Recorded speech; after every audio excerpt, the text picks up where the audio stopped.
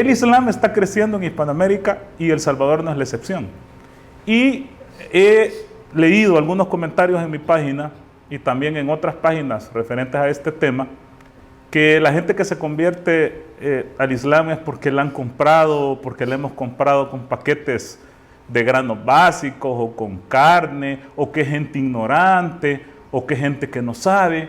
Pero la verdad que en El Salvador, y eso no es desde hace poco, sino que estamos hablando desde 1992, cuando el doctor Armando Bukele Catán funda la primera mezquita, la gente que está entrando al Islam es de todo tipo, como debería entrar a cualquier religión y cualquier credo.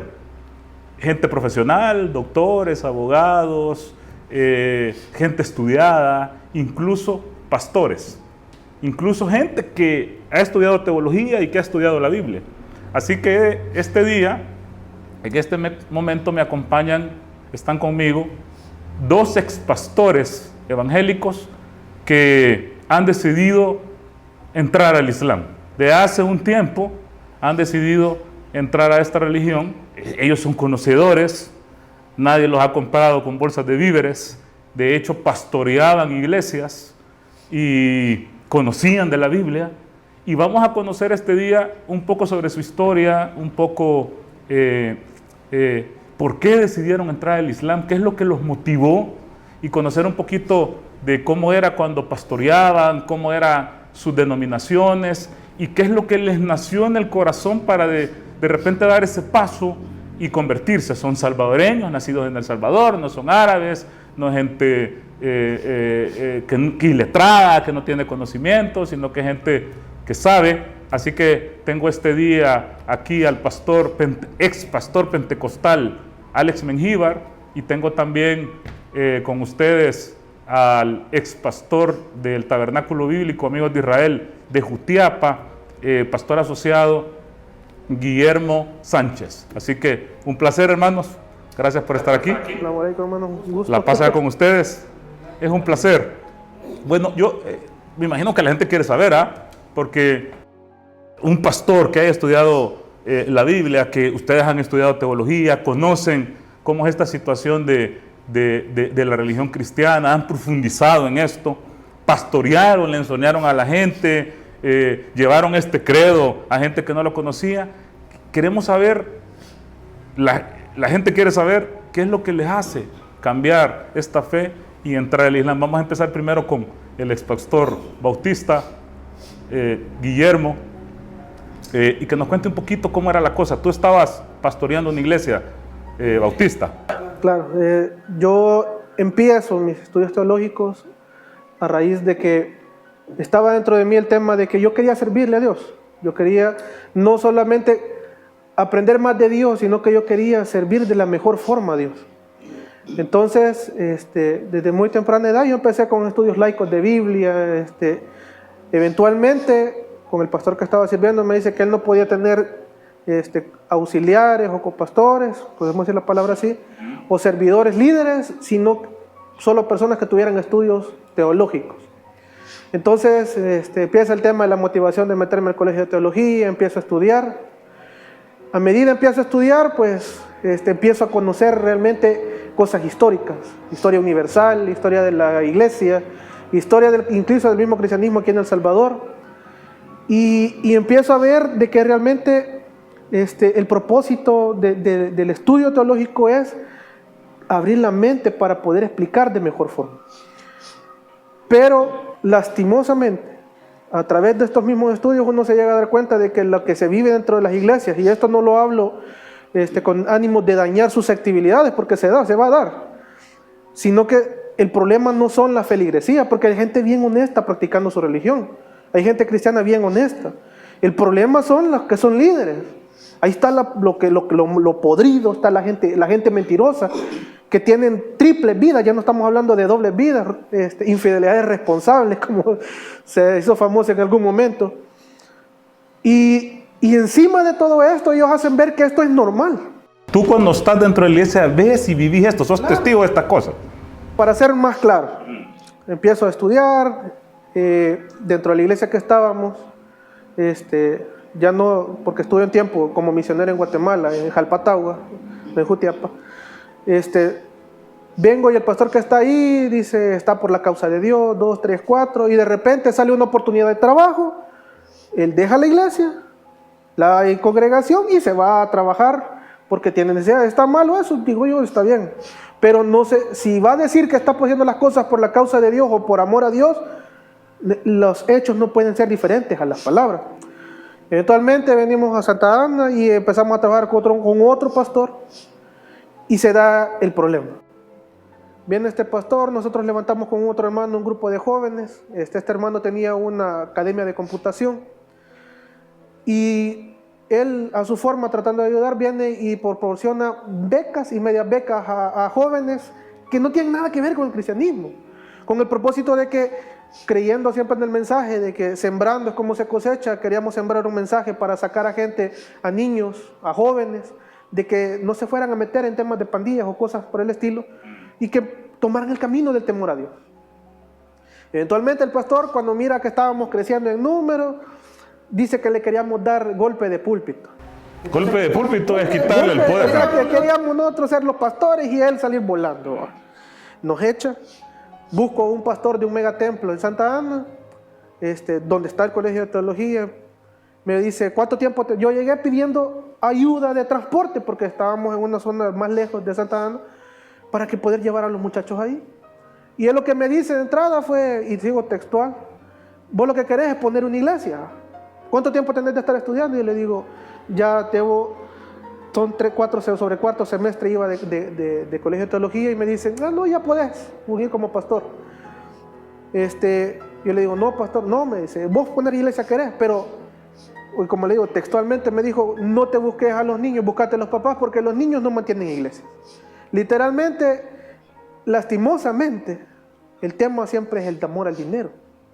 Y, como le digo, no voy a generalizar, porque eventualmente otro pastor de una iglesia más pobrecita, podemos decirlo así, él dice, no se preocupen, yo voy a tener a los muchachos aquí, y ahí se quedaron. A raíz de esto y otros problemas, yo decido mejor alejarme un poco del tema de las iglesias. Entender, vos nace una decepción en tu corazón porque veías que ahí en medio de la fe y de la religión había como intereses económicos, intereses de crecer en plata, esta situación del diezmo. Bueno, para no, esto ya es un chiste rayado. Nosotros entrábamos a pie a la iglesia y el pastor entraba en un BMW y de repente entró en un Pickup Mitsubishi Hilux, y si alguien tenía una necesidad, por ejemplo, pastor, fíjese que me falta para completar para el recibo de la luz, porque yo escuchaba de hermanos que habían cerrado, al pastor le dice, le vamos a pedir a Dios que te provea, que no sé qué, pero cuando había que pagar los recibos de la luz de la iglesia, el día domingo, hermanos, hay que ofrendar y tenemos que ponernos las pilas porque hay que pagar el recibo es de $5,000 y tenemos que pagarlo para pasado mañana. Hermanos, depositen su fe en Dios, crean que en Dios les va a proveer, porque Dios es misericordioso, y recuerden que el Malaquías dice... Una decepción de este tipo, el tipo del dinero, la situación económica, veías que no habían intereses espirituales y vos decidís salir de la iglesia. Yo siempre me jacté de decir de que a mí me gustaba que mi familia estuviera en un lugar donde había una santa doctrina, donde se enseñaba temor a Dios, responsabilidad. Y yo con mi esposa, y en ese entonces mi bebé, decidimos ya no estar dentro de la iglesia. Eventualmente, casi un año después, a mi mamá, para entrar en detalles, la invitan a la mezquita. Y mi mamá invita a mi esposa. Y mi esposa me dice que ella iba, mira, tu mamá me dijo que si la acompañaba, y yo le digo, como es lo que todos van a pensar, los musulmanes son satánicos. Yo le dije, no vayas ahí porque son satánicos. Y les soy honesto, yo desconocía mucho acerca del tema de la religión del Islam. En estas zonas. Y me voy a trabajar todo el día, como era normalmente, yo regresaba entre 11, a veces 12 de la noche de trabajar. Y mi esposa es una mujer que es bastante sincera, es una mujer honesta, tal vez es una mujer que no lee mucho en todo, pero es correcta con la forma de actuar. Entonces yo sabía ese día que me fui que ella no me iba a hacer caso en esta ocasión y que se iba a ir con mi mamá para la mezquita. En la noche que yo regresé, a la hora que ya me estaba preparando la cena, eso de las 11 y algo de la noche, y le pregunto yo, porque siempre hablamos acerca de cómo nos fue en el día, Y la pregunta que le digo, ¿fuiste a la mezquita? Y ella se me queda viendo con ojitos de me vas a regañar y me dice, sí. Y le pregunto yo, ¿qué te dijeron ahí? Y ella, lo que vive Dios, que esto fueran las palabras literales, me dijo, no enseñaron, no enseñan nada diferente a lo que vos has predicado. Y yo le dije, ¿cómo? ¿Creen en Dios, hijos míos? Enseñan el amor al prójimo y el temor a Dios. ¿Cómo es eso? ¿Qué otro día tienen reunión? Entonces me dice ella el día domingo, y casualmente yo solo descansaba en esos entonces el muy día domingo a veces. Y me voy con ella el día domingo, entonces te voy a acompañar. Antes de ir ese día a la mezquita, yo me puse a investigar en el teléfono en qué creían los musulmanes. Y 3 cosas bien puntuales. Encontré el nombre Alá, el nombre Mohammed, y encontré la palabra zakat. Y cuando llegué yo, lo que pregunté fue ¿qué creen los musulmanes? Y me dijeron, creemos en Dios. Y yo le pregunto, sí, pero aquí yo busqué y dice que ustedes creen en Allah. Y ellos me dicen, sí, esa es la forma árabe de llamar a Dios. Solo que hoy, gracias a Dios, le doy gracias a Dios por eso, entendí de que la palabra Allah tiene esa peculiaridad, esa cuestión que es tan importante en el idioma, de que no se puede pluralizar, ni feminizar, ni maximizar, ni minimizar, como se ve en la palabra Dios en el idioma español. Además de eso, después pregunto, pero ¿y Mohammed? Dice, yo leí que ustedes adoran a Mohammed. Y me dicen, no, nosotros no adoramos a un hombre, nosotros adoramos solo a Dios. Mohammed es un profeta al igual que Jesús. Y le digo, pero Jesús es hijo de Dios. Y ellos me dicen, y hoy por hoy yo también lo ocupo esto como una, ya me parece muletilla, pero porque la Biblia no lo dice. Me dijeron, está bien. Me dice el hermano que llegó ese día, me dice, si usted me saca un versículo de la Biblia donde dice textualmente, Jesús dijo, yo soy Dios, adórenme, yo los voy a salvar, entonces yo me cambio al cristianismo, hermano. Y pues yo estudiando, leyendo, predicando, realmente ese versículo no existe. Y aquel versículo que algunos sacan a bailar en las redes sociales de que yo y el Padre uno somos, eso no quiere decir que Jesús es Dios o es hijo de Dios, sino que simple y sencillamente habla del término de unidad de propósito. Lo utiliza también con los discípulos. Exacto, entonces, y el otro tema que era muy crucial, porque como le digo, el tema de la decisión económica, que todo era dinero, que incluso con el neopentecostalismo que nos topamos por ahí estudiando un poco, la teología de la prosperidad, o la doctrina de la prosperidad, pregunta acerca del zakat, porque ya había leído, o sea, yo tenía ideas, nociones que me había prestado el tiempo para investigar. Y me dicen que el zakat es una obligación para cada musulmán, sacar el 2.5% anual, si tiene la capacidad. Y no es necesario buscar mediadores para hacer llegar la caridad a la persona que necesita. Esas son de las cosas que a mí me enamoró del Islam. Y así fue como entraste tú. 2 meses y medio después de estar asistiendo a la mezquita, les soy honesto, todavía yo debatía con el tema de que Jesús no es hijo de Dios. Pero yo estaba claro de que en el Antiguo Testamento y en el Nuevo Testamento se había aclarado de que, escucha Israel, Jehová tu Dios, Jehová uno es, a Él solo lo adorarás, a Él solo servirás. Entonces, El primer mandamiento, el primer gran mandamiento lo dice en el Nuevo Testamento. Entonces, decidí aceptar el Islam para empezar a entender más y convencerme como lo hago ahora, y le doy gracias a Dios por eso, porque realmente no es fácil. Un sheikh me dijo, le felicito porque usted se tomó su tiempo para empezar a estudiar, a criticar y a aprender. Porque una persona, una buena persona, no cambia su religión de la noche a la mañana, es un proceso. Entonces, igual alhamdulillah, en la mezquita se ve ese fenómeno, que la gente llega y critican, o sea, llegan con el deseo de aprender, pero también critican. O sea, el tema medular es porque Jesús no es hijo de Dios. Al final la gente se va convenciendo de que realmente el propósito de la creación del hombre es que adore solo a Dios. Y que este es Dios uno. Y que Dios es uno. Indivisible. Ya, vamos a seguir contigo. Ahora, Alex, bienvenido. ¿Cómo estás? Tú eras tú pastoreabas en una iglesia de corte pentecostal. Así es. Digamos, ¿qué es lo que pasa? ¿Qué es lo que te llama? ¿Qué te inclina al Islam? A cambiar esta forma de fe y irte a una fe que es esencialmente diferente, porque tenemos cosas que nos unen, pero es esencialmente diferente. Contanos un poquito sobre eso. Bueno, primero quisiera comenzar diciendo un adagio popular, vea, que no hay mayor sinvergüenza que aquel que descubre el secreto y decide seguir ocultándolo. Sí, ¿Cierto? claro. Entonces, a mí realmente me motivó una frase que dice: Alá el misericordioso, el compasivo. Entonces, son palabras que han sonado en mis oídos y bueno, yo pastoreé en la zona norte de aquí de Apopa y pastoreé también en Quesaltepeque, ¿verdad? Bajo la denominación pentecostal, ¿verdad? Porque realmente, pues el nombre de la misión no lo voy a decir porque es irrelevante. Sí. Pero la gente sabe de que yo tuve programas televisivos en Apopa. Fui una persona atrevida, ¿verdad? Incluso hasta arriesgar la vida por la verdad. Pero siempre había aquello en mis oídos que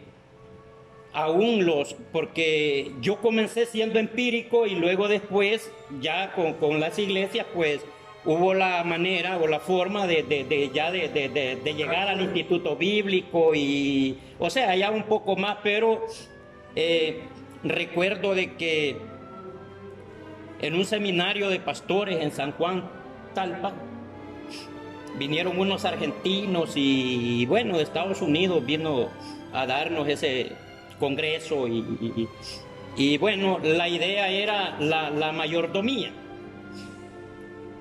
de donde salgo bien desencantado porque realmente aquellos hombres, yo veía que toda la iglesia en contra de mí por mi postura y por mi forma de pensar, de que yo no aceptaba a Jesús como Dios, sino como un mensajero. O sea que tu creencia de Jesús como mensajero viene desde que eras pastor.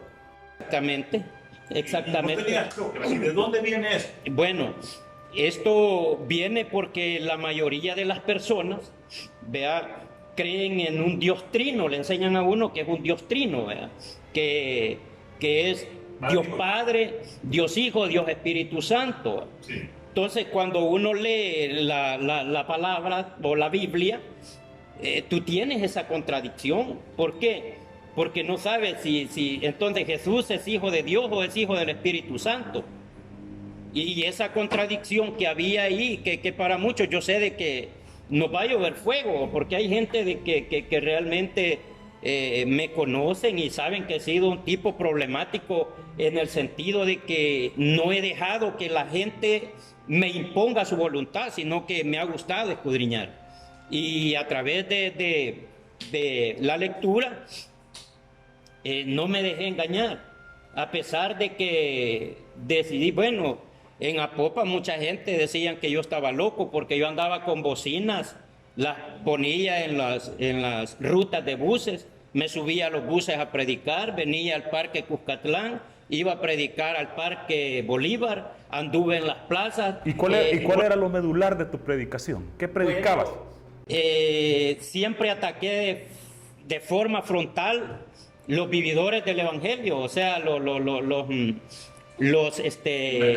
mercaderes del Evangelio, los piratas, los comerciantes del Evangelio. Incluso yo manejaba un microbús que tenía rotulado, que si comercias con el Evangelio tendrás el infierno como recompensa, y cosas que realmente yo vi de que al principio me daban los temas en las iglesias. Al principio me comenzaban invitando varios pastores de la zona, pero al ver el mensaje decidían ya no volverme a invitar, y al no volverme a invitar tuve que salir, romper con todo exactamente, y decidir lanzarme a las calles y a presentar el Evangelio según lo entendí de una forma empírica, porque lo sistemático quieren que uno se amolde al programa que ya tienen ellos. Y yo sentía de que no encajaba con ese evangelio porque realmente tenía razón Jesús cuando decía, estos dicen, pero no hacen. Y para mí el Evangelio es algo más, no es simplemente palabras. Y eso cuando tuve la oportunidad de entrar a Guatemala y a Honduras, ¿vea? Yo llevé a la organización que me hicieron, digamos que me dieron credenciales de pastor y con los que yo estuve y bueno, y tuvimos, digamos, seminarios, preparaciones, los internacionalicé en el sentido de que invité al pastor general, lo llevé allá, entregamos unas obras que habían en Honduras y comenzamos a viajar, comenzamos a hacer muchas cosas, pero luego... Pero tú siempre en estos viajes y en esta prédica siempre estaba esto claro. Siempre. Y agradezco a Dios porque el pastor de la misión, el pastor general, él tenía bien en claro cuáles eran mis principios y siempre él solo me decía, yo sé que un día Dios lo va a cambiar. Dios le va, pero yo le decía a él... Y te cambió, pero para la bendición. Exactamente, porque vaya, yo decido, cierto día me aparece a mí en el teléfono, ¿verdad? Una publicación de Emerson Bukele, en donde yo veía un montón de hermanos porque lo que pasa en la iglesia, y realmente quiero ser bien enfático en esto, que la iglesia cristiana no se interesa por conocer la verdad, ¿vea? Se quedan con lo que ya trae el programa, Sí. ¿vea? O sea, no lo que dice la Biblia, Sí. sino lo que ya mentes maestras o maquiavélicas han planificado cómo van a crecer y qué es lo que quieren, qué es lo que van a hacer, como por ejemplo, llamar adulterio responsable, ¿verdad? Y eso no es algo que aquí se hizo. Porque dicen de que ya en el Medio Oriente pues ya había ese tipo de situación, ¿verdad? Que las personas se podían, digamos, divorciar o tener a la mujer y contratar a otra persona, pero ya la esposa estaba de acuerdo en eso. Pero eso es cultura no nuestra, pues. Sí. Acá a cualquiera, me imagino que le llamó la atención eso, ¿verdad? Entonces se enseña lo que no se vive y se dice lo que no se hace. Ahora, a mí me interesa esto que vos decís, que vos en tu corazón, desde que eras pastor, entendías o creías que Jesús no era Dios. Sí. Vale. ¿De dónde sacabas esto bíblicamente para decir que Jesús no era Dios? Bueno, primero, en teología me enseñaron de que habían ciertos argumentos o ciertas cosas de carácter de obligatorio cumplimiento, ¿verdad? Sí. Que eran no negociadas, como por ejemplo para una deidad, ¿verdad? Tiene que ser inmortal, tiene que ser invisible. Y Jesús era visible y era mortal. Exacto, entonces... El Pablo lo dice, ¿ah? Exacto, y no me podían, o sea, y las aseveraciones que hace el apóstol Pablo, ¿va? Primera de Timoteo 1:17, donde dice de que al único, sin socios, sin allegados, ni, o sea, y yo siempre decía de que mucho pastor creen tener el monopolio ya con Dios, que se codean con Él o le tuercen el brazo y le dicen qué es lo que tiene que pasar o qué es lo que tiene que hacer. Más sin embargo, yo siempre ante la presencia de Dios, el único, sin socios, ¿verdad? Y siempre me humillé y siempre estoy humillado delante de Él. Y la Escritura, ¿verdad? De acuerdo a Mateo 27, desde su verso 50 en adelante, dice de que Jesús entregó su espíritu, dice que murió y resucitó. O sea, pero eso es lo que decimos, y resucitó, pero el apóstol Pablo dice que el Padre le resucitó. ¿Ya? O sea, es una cosa que en mi mente no cabía ni cabe. Porque si Jesús es Dios, tendría que resucitarse a sí mismo. De hecho, ni siquiera tendría que haber muerto. Exacto. Dios no puede morir. No puede. De hecho, el mismo Jesús dice que al Padre nadie lo ha visto. Jamás. De Juan. ¿De Juan? Sí. El unigénito Hijo es el que lo da a conocer. A conocer.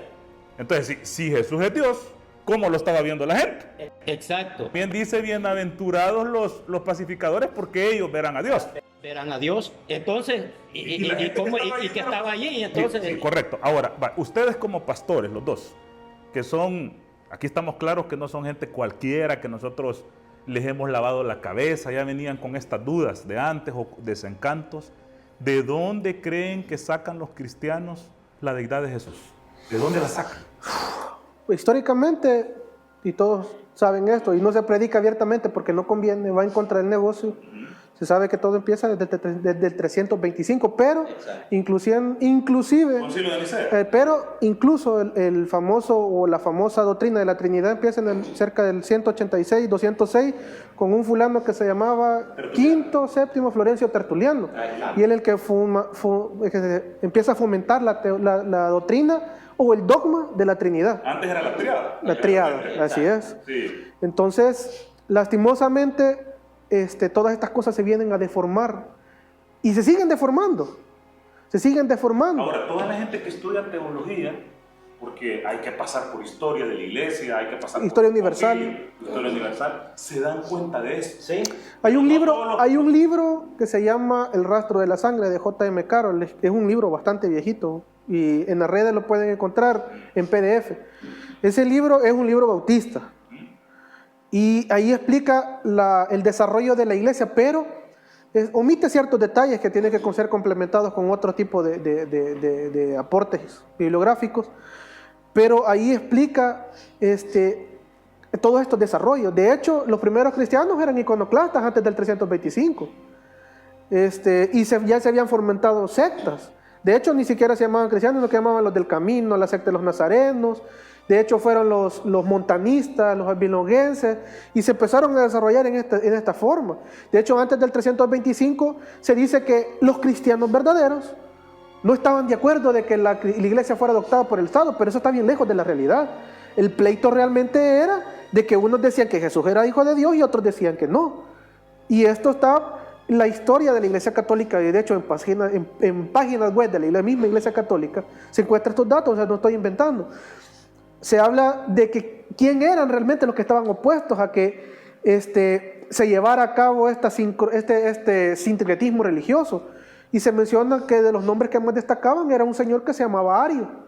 Y él llevó sus evangelios junto con otro grupo de pastores o obispos o sacerdotes, como la historia los quiera llamar. Ario era un obispo sabio, de conocimiento y piadoso. Entonces, y al final, para ser más claros, ellos no decidieron, o la Septuaginta no fue decidida para fundamentar el Antiguo Testamento, solo estaban peleando con el Nuevo Testamento. Porque ya la Biblia masoreta, los textos masoréticos ya estaban traducidos al griego, ellos ya tenían esa parte. Solo fue el pleito con el Nuevo Testamento. ¿Qué evangelios, qué cosas iban a ocupar para fundamentar lo que Constantino quería orquestar para llevar la religión? Porque ellos querían meter, ¿cómo se llama? Pero esto se da en Roma. Sí. Roma, en el 325 Así estaba la deidad de Jesús. Todavía ni siquiera aparecía la deidad del Espíritu Santo. De hecho, entonces, pero esto lo saben los pastores que estudian. Claro. Porque nosotros tenemos que entender de que la grey, Ahora, la gente que llega a la iglesia, la gente que va no lee.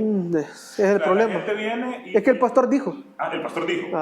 Bien bonito el sermón y de a ahora. veces utilizan textos para justificar la creencia y solamente porque lo dijeron en el púlpito. Pero el pastor que estudia, que ve esto, que se da cuenta de esto, ¿por qué no todos llegan a la misma conclusión? Es que el problema no es esto. Exacto. Para ser más... ¿Creen que en realidad es un problema de negocio? Entonces, ¿ustedes creen que ellos en realidad en su corazón saben la verdad, pero no lo quieren decir? Le voy a, como el hermano dijo, como él comenzó empíricamente, hay muchas iglesias que tienen pastores empíricos. Realmente ellos solo escuchan otros pastores para repetir lo que dijo Dante Gebel, no ser comercial, lo que dijo Cash Luna, lo que dijo Marco Witt, lo que dijo fulano, sutano, mengano. Entonces ellos miran estas predicaciones y copian. Vale, ahora la Trinidad, podría decir alguien que no es una creencia netamente protestante, no viene de la iglesia protestante, viene desde la iglesia católica. La iglesia católica cree en la Trinidad y también los sacerdotes estudian saben la realidad de la iglesia, saben la historia, entienden cómo se desarrollaron los concilios, entienden en qué momento se le pone la divinidad a Cristo, saben que al principio de los seguidores de Cristo no creían que Él era Dios. ¿Ah? Entonces, ¿qué pasa? ¿Por qué la gente ve esto tan claro y no lo sigue? Porque en realidad para creer en la Trinidad hay que ir a fuentes extrabíblicas. ¿Ah? Pero es que algo bien claro, hermano. Si tú vas a la Biblia latinoamericana en el preacio, vea, antes del libro de Judith, te vas a encontrar con que dice de que allí no emplearán mucho tiempo en demostrar que es un libro caricaturesco, que es un libro falso. ¿Me entendés? Y está el libro de sabiduría, que igual dice que habla de un tal general Holofórmenes. Vaya, y no fue ese general, sino que fue el famoso rey Nabucodonosor, el que hizo lo que allí, y entonces ahí dice, no emplearemos demasiado tiempo en demostrar que este libro es caricaturesco y es falsa y su narración. Entonces ahí está. ¿Tú crees de que si alguien leyera... Digamos que la Biblia está tergiversada, digamos que la Biblia, las traducciones son incorrectas, eso todo el mundo lo sabe, incluso los comentarios a pie de página de la Biblia de Jerusalén dice esto es incorrecto, esto está mal, esto fue agregado, la coma juánica fue agregada, pero aún así, digamos, compremos que la Biblia es un libro real, un libro que no es tergiversado, la Trinidad no se encuentra en la Biblia. O sea, para creer en la Trinidad y para creer en la deidad de Jesús, tenés que ir a fuentes extrabíblicas, lo que dijo fulano, lo que dijo sutano, la interpretación y la otra cuestión que dicen muchos cuando yo platico con ellos, porque yo tengo amigos, pastores y todo, yo hablo con ellos dicen, no, es que para eso necesitas el Espíritu Santo. Sí. O sea, cuando vos ya empezás a hablar ya de lógica, ellos no encuentran un versículo claro, una base bíblica clara, no se van a las palabras de Jesús, vienen y dicen, el Espíritu Santo es el que te tiene que dar este conocimiento. Incluso me atrevería a decir de que ahorita, de que vean esta conversación, no van a faltar en citar a Primera de Juan 5. Donde habla que 3 son los que dan testimonio. Y en la coma juánica. ¿Verdad? La epístola de Juan. Exacto. Que es un agregado. Vaya, y que la Iglesia Católica lo sabe. Exacto, lo sabe. Y que a partir del siglo VIII, que lo agregaron en la Vulgata Latina. Vaya. Pero si no lo citamos nosotros, ellos lo van a citar como una fuente o sea, como una base, como para decir que no hay razón en el sentido de que hay base bíblica. Bueno, dicen ellos. Hablemos con tomates para no darle tanta vuelta y hablar. Para usted me pregunta de que si hay pastores que estudian esto. O sacerdotes. Ya en el tema de estudios teológicos formales. Sí, se tienen que ver, pero automáticamente pasa lo siguiente. Como en cualquier universidad, me imagino yo. Pasa de que el maestro dice... Esto es así. Y en el examen va a venir preguntado así. Y si usted no responde así, usted deja la materia. Usted no tiene nada que hacer aquí. Entonces, automáticamente a la mayoría les tuercen los brazos. Y como pasa otro problema. Dentro de los institutos bíblicos se da la peculiaridad de que hay pastores que están disconformes con el pastor general. Y hablan en las clases mal del pastor general. Y las clases se van en errores garrafales que comete el pastor general. Bueno, ustedes no saben la cantidad de gente que me escribe al Facebook, de donde tengo la página principal, pastores con dudas. O sea, pastores que me dicen, mire, quiero reunirme con usted para platicar. De hecho, me he reunido con varios pastores que tienen algunas dudas. O sea que en realidad este fenómeno de la duda de la gente que estudia está implícito. Alguien podría decir que es Satanás engañando a la gente. Aún dice, aún a los escogidos de Dios se van a desviar, pero esto es lo contrario. De hecho, citando palabras del hermano Alex, dice, la verdad aunque duela. Y Jesús mismo dijo, y conoceréis la verdad y la verdad os hará libre. Por Dios, hombre, y a la gente que nos está viendo, yo nunca había sentido esta tranquilidad en mi corazón. Nunca me había sentido tan feliz. como desde que soy musulmán. Yo tengo, no soy musulmán recientemente, yo tengo casi 6 años de ser musulmán. Y cada vez, y lo que más me encantó, es de que del Islam nunca dejo de aprender. De las cosas que fueron puntuales para que yo me volviera musulmán, después de 2 meses y algo estar en la mezquita, hay un libro que se llama La verdadera personalidad del hombre musulmán. Y ese libro plasma tal cual lo que se predica en las iglesias, pero no se hace. Y el problema, un pastor me dijo, viejo, pero todo esto lo que vos decís, no se puede vivir en la iglesia. Le digo, se debería. Pero ahora tengo una respuesta mejor, porque ya leí, me di cuenta, me informé. Y la respuesta es que el cristianismo te dice, pero no te da las herramientas para practicarlo. Y el Islam te dice, di la verdad, pero a la parte de dice, creyentes, hablen solo con la verdad, si lo hacen él hará virtuosas sus obras y perdonará sus pecados, refiriéndose a Dios. También te da herramientas para que uno se esmere por ser honesto. Sí, la verdad que ese sería otro tema que nos llevaría otro montón de tiempo, la cuestión de la propiciación de la gracia, a eliminar las obras y por qué ya vino Jesús a morir. Ahora, siguiendo con el tema de la Trinidad, que es el que nos ocupa, en otra entrevista tal vez tenemos el chance para hablar un poquito de la propiciación de la gracia, pero tú, cuando eras pastor, adoraste a Jesús. Porque en el caso del ex pastor pentecostal, él tenía esta duda, pero tú adoraste a Jesús. Si hubiera venido, si hubiera venido en el momento que tú eras pastor, alguien y te diría, Jesús es Dios, tú le hubieras contestado que sí. ¿En base a qué?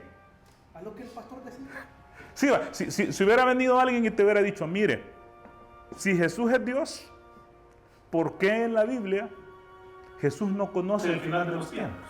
Me topan. ¿Te hubieran topado? Me hubieran topado. ¿Qué hubieras contestado? Es que usted, el diablo lo ha tocado.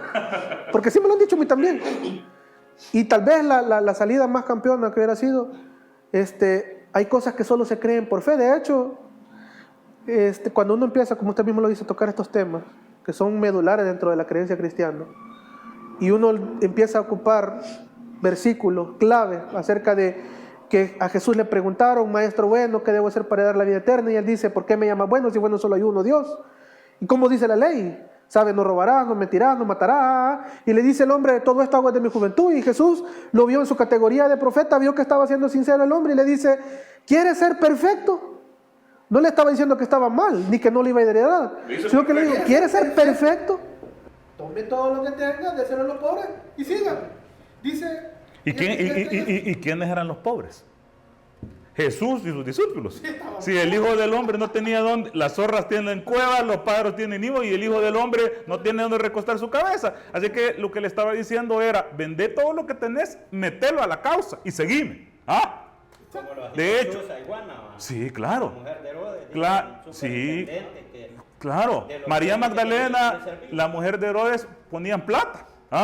Entonces le dice, vení, deja todo lo que tienes y vení, seguime a la causa. Eso es lo que le dice. Ese fue otro tema, fíjate, Emerson, que a mí me chocaba. Según las tradiciones judías, que una mujer no podía estar con su cabello suelto delante de un hombre, al menos que no fuera su esposo. Sí. Otra. Sí, eso podría ser otro tema. Según el otro tema, para ser maestro necesitabas cumplir requisitos, pero como aquí el apóstol Pablo pone, vea, en la primera carta, capítulo 3, y en la segunda 3 también, del capítulo 3 de Timoteo, habla que hay requisitos para el obispo y hay requisitos para el diácono, pero como ellos se saltan esos requisitos, ¿verdad? O sea, ser marido de una sola mujer y esto, o sea, a ellos. Claro. Entonces, igual piensan de que Jesús vino y abolió pues la ley, ¿vea? Y a conveniencia. En ella nunca, porque el mismo Jesús dice que no penséis que he venido a abolir la ley. O sea, Jesús dice, no penséis, ni siquiera se te ocurra que yo vengo a abrogar la ley. Exacto. Pero viene Pablo y dice, está abrogada la ley. O viene la gente que interpreta a Pablo y dice, ya se abrogó la ley. Pero ese es otro tema. Tú ya me dijiste que te sentí feliz. Ahora, ¿tú te sentías salvo antes? Fíjense que voy a contar esto porque es medular en el tema del cambio de religión. En su momento yo trabajaba en una empresa y me tocaba viajar para Guatemala. De hecho, esas fueron las primeras cosas por las cuales yo, antes de conseguir este trabajo, Yo ya estaba sirviendo como misionero en Guatemala cerca de 2 años. Entonces consigo este trabajo y una vez hablando con el jefe, porque el jefe era curioso de temas bíblicos igual, y yo estaba estudiando teología y íbamos con esta discusión acerca de los puntos doctrinológicos de las creencias de pentecostales y bautistas. Y de repente ahí por un lugar que se llama el Desvío del Molino nos choca un pica, nos atraviesan otro carro, nos encañonan, nos bajan, fue un secuestro, o sea, nos amarraron y todo. Nos van a meter allá por el desvío de Chiquimulía, porque por allá fuimos a salir después cuando nos soltaron. Y yo no iba triste, o sea, para serle bien honesto, no me puse a llorar ni tal, ay, me van a matar. Sí me puse a pensar, vaya, no me van a enterrar mis papás. En esos días, la que hoy es mi esposa, era mi novia, y dije, vaya, ni chance de casarme me dio. Entonces, y me entró esa cuestión de una cuestión como culpabilidad. Bueno, y si me matan ahora, ¿qué va a pasar? No, pero si salvo siempre salvo, pero ¿y qué tal si no? Porque por sus frutos los conoceré. Yo trato de ser buena persona, o sea, yo me esmero por cumplir la verdad, pero ¿y si no es suficiente? No, que la sangre del cordero, pero al final el punto llegó y me preocupó esto. Y yo solo le dije a Dios, me recuerdo, porque nos bolsearon y nos quitaron todo al final. Y yo le dije a Dios antes de que me acariciaran la cabeza con la pistola, yo le dije, Dios, si todavía no he cumplido mi tiempo, permítame terminarlo para poder ganarme la voluntad de entrar al cielo. Deme una oportunidad más, si todavía no he hecho bien las cosas, deme una oportunidad más. Y por cierto, fue un día viernes. Hoy que soy musulmán, yo le doy gracias a Dios porque fue un día viernes. Entiendo el porqué y la hora en la que se dio, porque también ella dice acerca de que hay una hora en específico en el día viernes que Dios escucha mejor todas las peticiones. Entonces, hoy reflexiono acerca de eso y yo llegué a la iglesia a dar el testimonio y todos como ahí habían escuchado un hermano anteriormente, el primer testimonio que dieron ese día viernes casualmente fue de un señor que lo habían asaltado igual, lo habían disparado al vehículo, que no sé qué. Dieron otros 3 testimonios más y al final fue el mío. Y también yo digo, empezaron escuchando plomazos, van a terminar escuchando plomazos.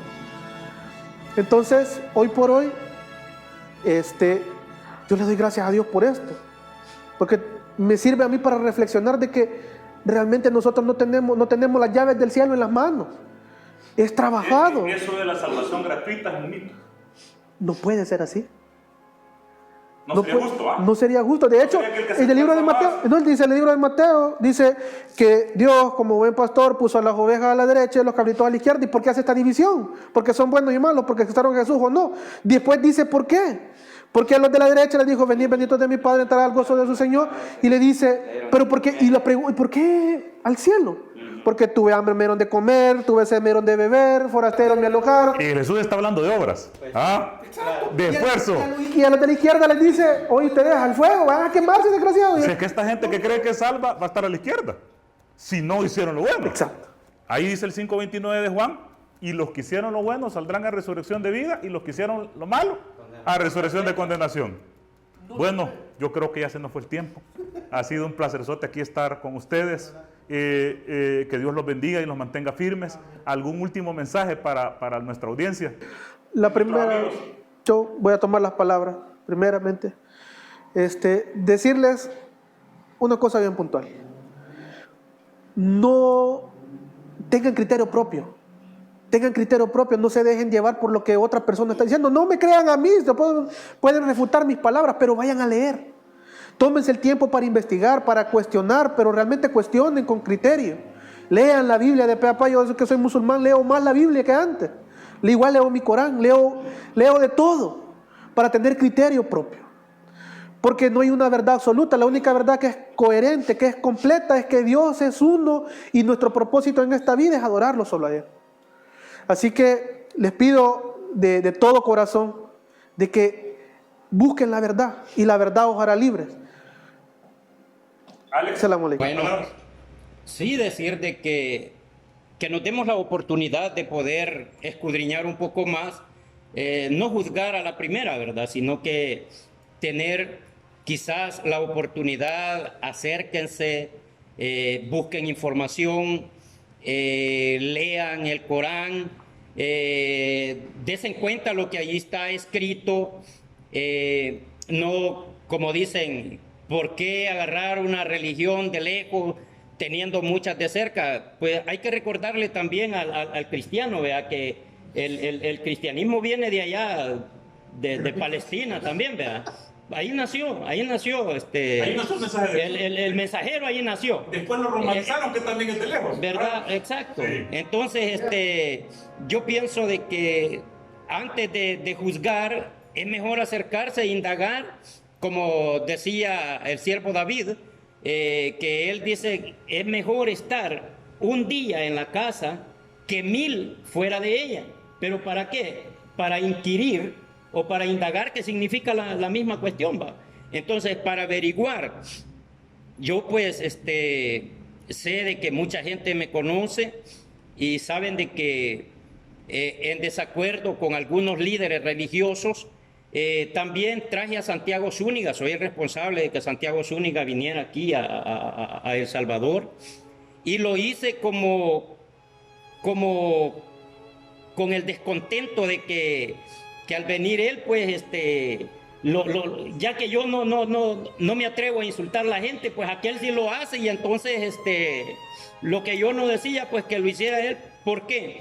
Porque la verdad es de que muchas veces nosotros estamos colando el mosquito y nos estamos comiendo el camello, pero por puro prejuicio, porque hablamos sin conocimiento, y la verdad, acerquémonos mejor, como dicen, más para oír que para hablar, ¿va? Pero en este caso, indaguemos, busquen información acerca de lo que es el Islam, y se van a dar cuenta, aquí, sinceramente, es monoteísmo puro, ¿vea? No un monoteísmo disfrazado de monoteísmo. Así es de que, bueno, son mis palabras, y agradezco también a Emerson Bukele por habernos invitado a conversar esta tarde. Un placer. Bueno, amigos, el objetivo de estas charlas, más que crear polémica, el objetivo de esta conversación es que la gente tenga conocimiento claro, que la gente entienda que el Islam no es una religión, como decía al principio, de extranjeros, sino que cada día el Islam sigue creciendo en El Salvador. Hace poco tenemos la conversión de una monja salvadoreña y de un fraile franciscano que se convirtieron al Islam. Primero Dios, acepten una invitación para que les expliquen desde su perspectiva por qué se han convertido, y esto no tiene que ver con dinero, ni compra de voluntades, ni diezmo, porque entonces mejor que se vayan a otras iglesias donde eso funciona, sino que tiene que ver con convicción, con conocimiento, y la verdad que Dios guía a quien quiera y extravía a quien Él quiere. Muchas gracias, un placer y salud.